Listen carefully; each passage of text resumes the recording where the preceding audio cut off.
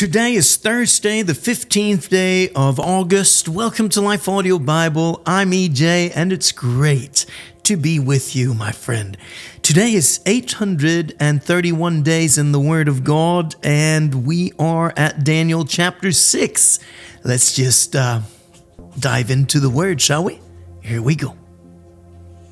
Daniel in the den of lions. It pleased Darius to appoint 120 satraps to rule throughout the kingdom, with 3 administrators over them, one of whom was Daniel. The satraps were made accountable to them so that the king might not suffer loss. Now Daniel so distinguished himself among the administrators and the satraps by his exceptional qualities that the king planned to set him over the whole kingdom. At this, the administrators and satraps tried to find grounds for charges against Daniel in his conduct of government affairs, but they were unable to do so.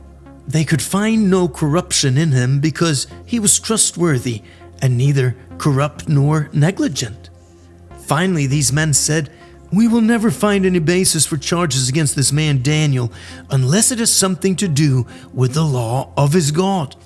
So these administrators and satraps went as a group to the king and said, "May King Darius live forever."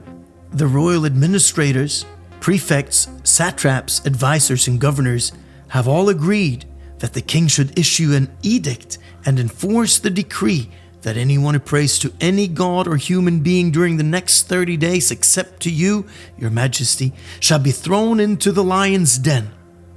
Now, your majesty, issue the decree and put it in writing so that it cannot be altered, in accordance with the law of the Medes and Persians, which cannot be repelled. So King Darius put the decree in writing. Now when Daniel learned that the decree had been published, he went home to his upstairs room where the windows opened toward Jerusalem. 3 times a day, he got down on his knees and prayed, giving thanks to his God, just as he had done before. Then these men went up as a group and found Daniel praying and asking God for help. So they went to the king and spoke to him about his royal decree.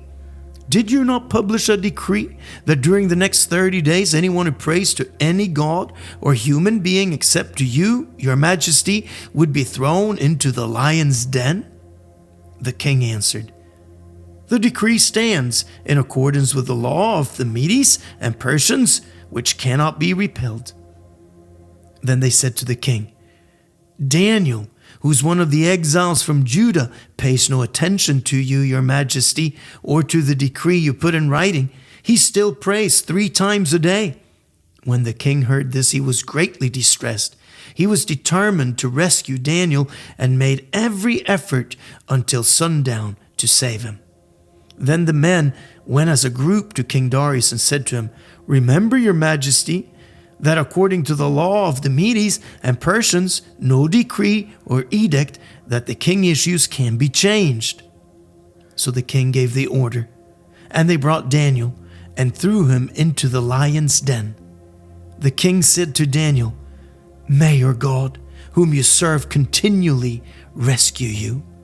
A stone was brought and placed over the mouth of the den, and the king sealed it with his own signet ring and with the rings of his nobles, so that Daniel's situation might not be changed.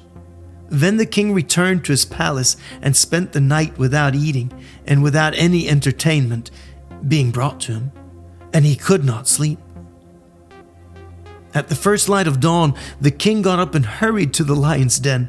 When he came near the den, he called to Daniel in an anguished voice, "Daniel, servant of the living God, has your God, whom you serve continually, been able to rescue you from the lions?"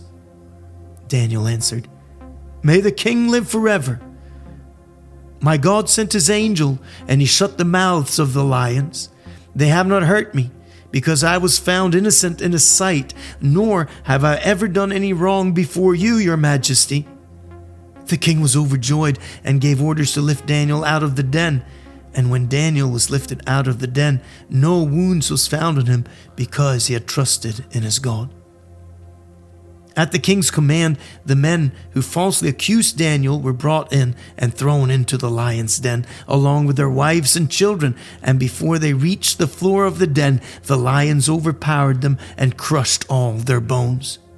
Then King Darius wrote to all the nations and peoples of every language in all the earth, "May you prosper greatly.